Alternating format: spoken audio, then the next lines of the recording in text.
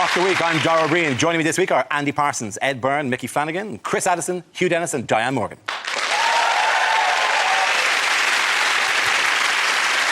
We start with a round called Headliners. Here's a picture of Labour leader Ed Miliband and his brother in happier times. But what does EMIT stand for? Is it Evil Mannequins in Top Man?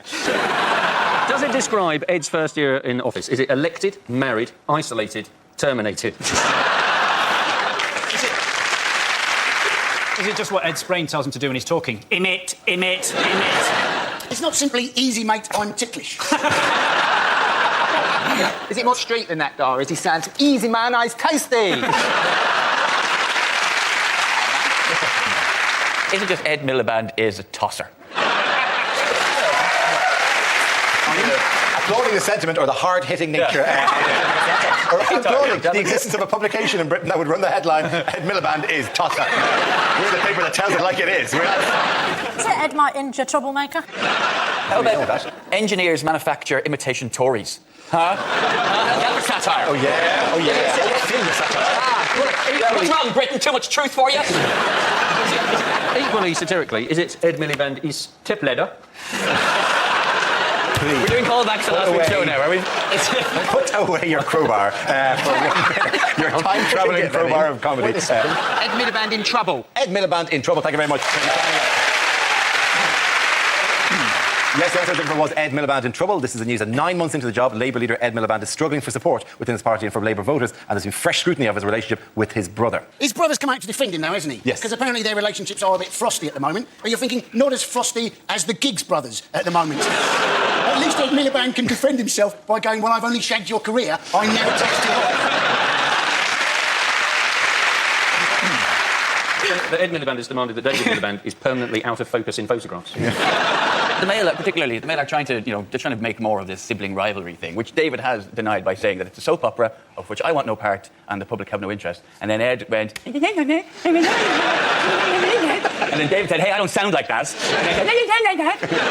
They didn't really help themselves. No, you're right. Don't you think it's time for the mum to step in now and sort this out, really? To say, look, you can both be Prime Minister, but you've got to share. I was talking to a friend and I was saying, I wonder what Ed Miliband is actually like. And they said, you've met him. And I thought, I have. That is what Ed Miliband is like. I had to be prompted to remember that I had met the man. When did I meet him? I'm the Andrew Marr show. Me, Andrew Marr, and Ed Miliband, all dork. Could he have been hiding behind one of Andrew Marr's ears? You can't do that because they use those for the live feeds. His ears have to point towards different territories just to bring this. As the satellites move, so does Mars' head. If you're surprised, the signal goes in Asia. What did David Miliband never have the opportunity to do? He never had the opportunity to give a victory speech. His victory speech that he prepared for the Labour leadership election was leaked this week, and it was disappointingly gracious, I felt. Just once, I would like to see an election where somebody gives a speech where they go, boom! I've done it! I'm beaten! Oh, yeah! But also, it was, if you're going to essentially have the opportunity to rewrite history, if you're going to leak a speech, then stick in a few things that make you look 9 months later like, just I believe in a society where any woman from Newcastle could go to America and get a job on a talent show and not be sent back. Just weird to go, how did he know? How did he know that was going to happen? And where did he deliver the speech? He delivered it to his wife in the car on the way home. That must have been an exciting car journey. At some point in the drive home, I'm assuming she went, David, excuse me, I've just got to deliberately set off the airbag. In other news, who has Ed Miliband attacked this week? The workshop. He has attacked the workshop. Which, I think is a bit... He wants the workshop to go to work, which I think is a terrible idea. I believe the workshop should stay on the dole where they belong. If they're a bit of a drain on the economy, fine. So long as they're not at work, that's when they cause problems. As long as they're on the dole, they're not losing your luggage or derailing your trains. As somebody who spent years signing on and working, I'm offended by that. Can you get the energy to be that offended? I used to like the 80s because you used to go... No one cared in the 80s, did they? You just went into the unemployment benefit. I was all people walking about with buckets and ladders and overalls. Just no one gave it. Just getting the ump because the woman was taking so long. Come on, love, we've all got to get back to work here. Come on. It's like the good old days. Which coalition reforms are in the spotlight this week? It's the NHS reforms. This is the whole idea that Cameron had said that basically there's a lot of waste in the NHS. And you're thinking, well, it's a massive organisation. Within that organisation, there's going to be a lot of people, presumably, sat around on their bum doing very little. But let's face it, a lot of them are very ill. The biggest worry for me was when Cameron said he wanted to rid the NHS of imbalances. I thought, how are people going to get to hospital? It wasn't straight. The plan was to hand control to the GPs, who only do a certain part of the work. the GPs didn't want this, because they knew, OK, you look after the NHS. They were going, I don't know how the big machines work. I just send the people to do the people who can do the big machine. The whole idea of the GP consortium, though, is basically using it so as doctors not only going to have to decide what is the best treatment for you, but it's also whether that treatment might be value for money. So each time you go and see your GP, they'll be having a little argument with themselves as to what exactly they should be doing. It'd be like going to see Gollum, you know? Come in, nice man. Oh, but he wants the precious. Oh, but he's not very well. No, let him die. Kill him. The key thing they're trying to get rid of, though, is the cost, isn't it? It's the cost of the NHS. And you can do that with making no changes at all. All you've got to do, really, is get rid of the confidentiality of doctors. If you go to a GP and you know he's not going to be confidential, if he comes out and goes, hey, you see Mr Smith, he's got piles the size of onions, you're never going to go to the doctor again. The whole system will pay for itself. I don't think you've been watching Embarrassing Illnesses. People are very happy to show off their weirdnesses. If they could do it in the waiting room, look at that, look at that, look at that. You seen one of them before? Shouldn't be there, should be here. I don't know what's doing that. Look at that, no, seriously, look at that. Shouldn't be doing that. In other news, what is going on here? But Boris Johnson saying, bloody hell, who called the Child Support Agency? Boris finally comes in useful as a battering ram. Is he saying, to be honest, I thought the Olympic Village would be a bit smarter than this? It does look like he's saying, I will not have people keeping these bikes out longer than they're paid for. Looks like a new crack crime drama, doesn't it? Tough Cop. It does look like he's just at a party going, is the toilet this way? There's a policeman saying, look, it's a fat one from Little Britain.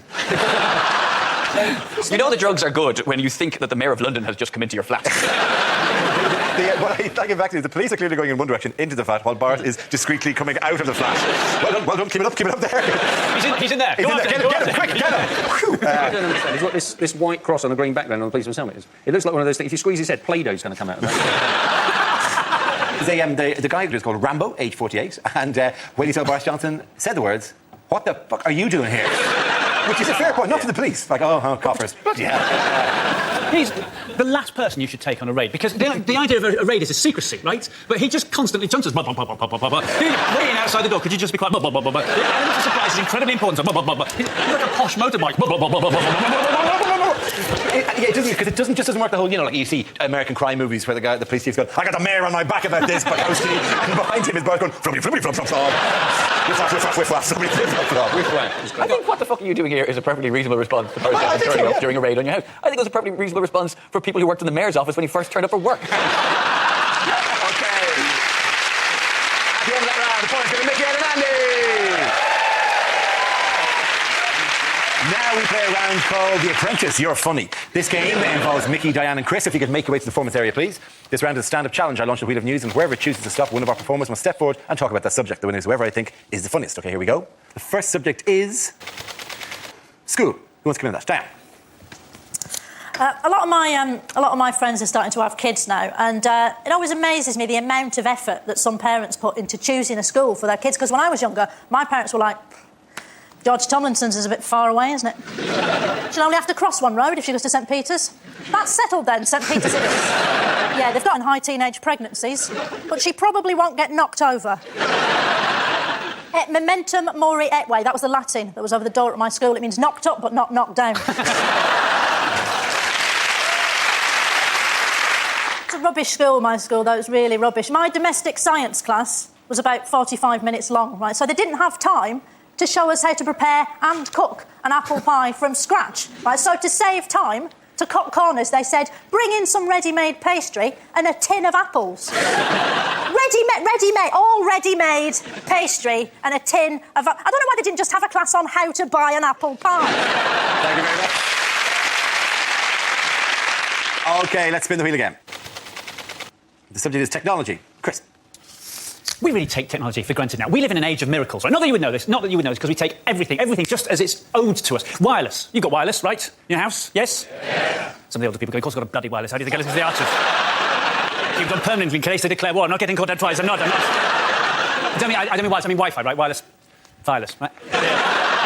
When you first saw wireless wireless, you thought, look at that, look, that is the science fiction of my childhood available to me now in my adult years. Thank you, a providential universe. To be alive at a time such as this is a privilege. And now within half an hour, you're going, work, you bastard!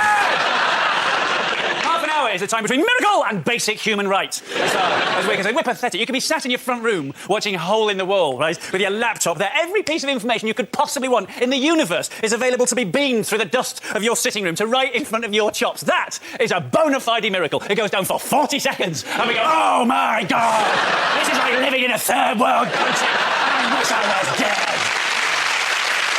Well done, Chris. Thank you very much. That leaves us with Mickey. Let's see what you've been left with. And the topic is fashion. OK, Mickey. Bound to be, wasn't it? I've returned to the vest. Happened a couple of years ago. I was walking through Marx's to get me pants. You always go back to Marx's. And they know. They look at you. They go, "You come back." And you went the next day and you got flash. And I saw the vest. Packet of singlet vest. I thought, I'm having them. Put them in my basket. I covered them over like pornography. Got to the counter. I said to Mum, "Get them in the bag, love. Get them in the bag."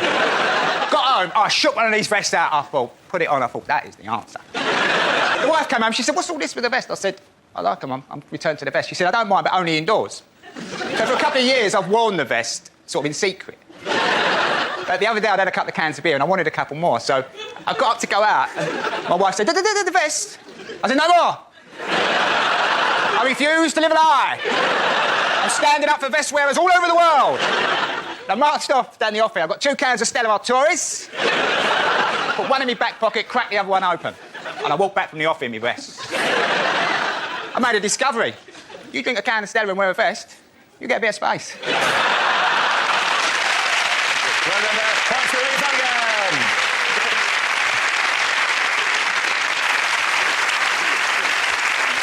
Our next round is called If This Is the Answer, What is the Question? On the board are 6 categories. Diane, which category would you like? America. OK, your category is America. The answer is around 24,000. What is the question? Is it how many pictures of Pippa Middleton's arse were in the news of the world today? Is it how many people have to be in a post office before they open a second cashier? Is it how many perfectly normal children's names are there that Gwyneth Paltrow seems to be completely unaware of? How many monkeys were shaved to provide Rooney's hair tie? As a bald man, you can't even say the word it's a betrayal of you and everything you stand for. Is it the number of Father's Day cards Ryan Giggs is going to receive this? Is it how many salads can you buy for the price of one in Berlin Aldi? Is it what ticket number would make you think, do you know, I think I might come back to this deli counter tomorrow? Is it how many missed calls Simon Cowell has from Cheryl Cole? Is it how many Olympic tickets did you have to apply for to get row Z for the synchronised swimming? How many times could I punch Piers Morgan in the face before it stopped being fun and I continued to do it out of a sense of duty? Is it the number of times I say, "What a lot of bollocks," when my wife is watching Likewise the Candle? No. Anything, do you want a clue? It's about Alaska. Is it how many emails or how many pages of emails have they released from Sarah Palin? That's very good. Thank you very much, Ed Brown. Yes, the question I was looking for was approximately how many pages of Sarah Palin's emails were released in Alaska this week. This is the news that 24,199 pages of emails have been released by the Alaska Governor's Office under Freedom of Information laws. The emails date from 2006 when Palin was the state's first female governor to 2008 when John McCain named her as his running mate for the White House. What did they reveal? Well, quite a lot of them said, "Do you want to buy a Kindle for Father's Day?" They're quite boring, actually. Yes. There are emails about her frustration with journalists who keep asking her whether she believes that dinosaurs coexisted with people. And all she really needs to do is show them a picture of herself standing next to John McCain and go, yes. What these emails reveal is that she's got very little grasp of history. And you'll think Sarah Palin would not work in this country, would you? Basically, the rednecks seem to like her because she's quite fit with no grasp of what happened in the past. It would be like us electing, as you know, the next Prime Minister, Kelly Brook, and forgiving her when she said the reason that Churchill was the greatest ever Briton was because he provided this country with cheap car insurance.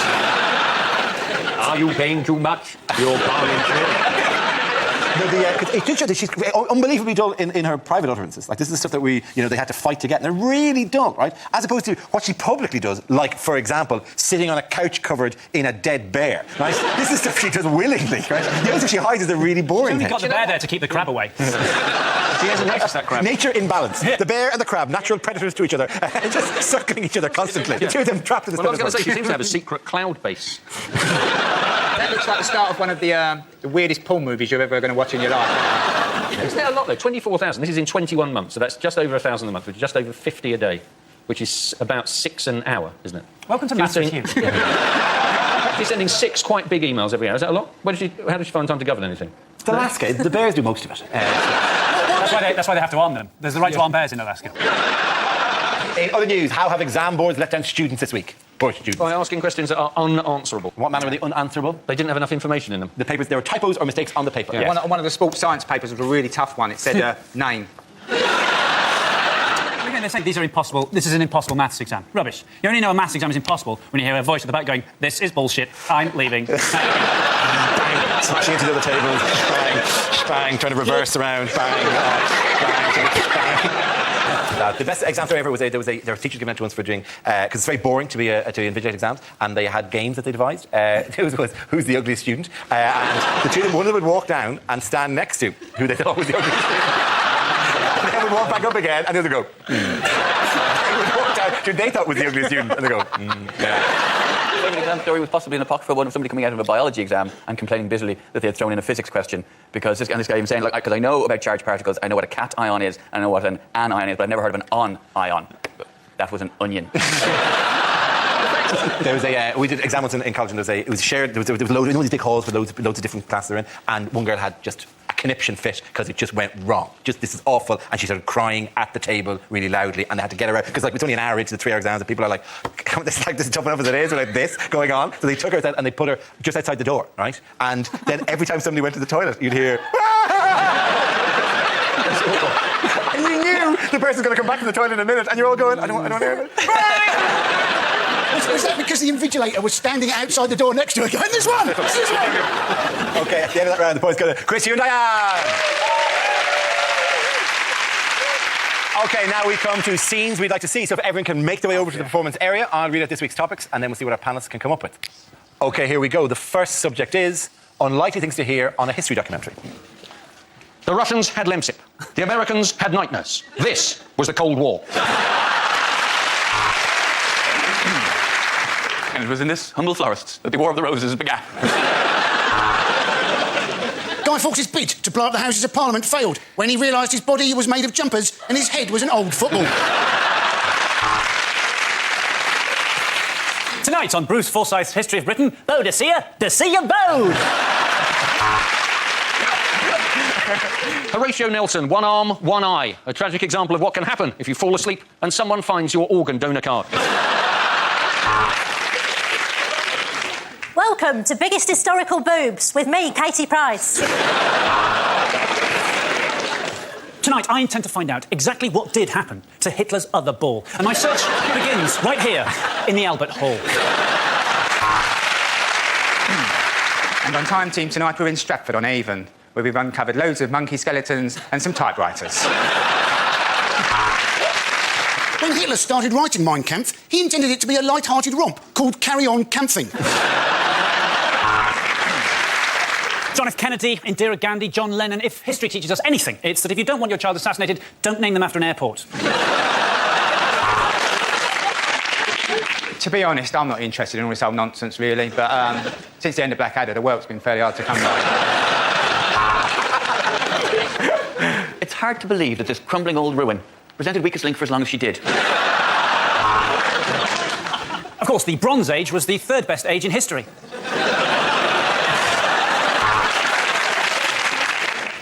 And now the documentary that every Channel 5 commissioner has dreamt of. Did Hitler sink the Titanic? We've been digging in this field in Hampshire for 3 weeks, and we've found this one piece of crockery, which tells us we desperately need to get laid. Okay, the next topic is unlikely things to hear over a tannoy. We apologise to customers who have recently alighted at Northampton. I opened the wrong doors. Could all the people shopping here at Asda please accept that you are piss poor? Clean up required in the magazine aisle between loaded and nuts.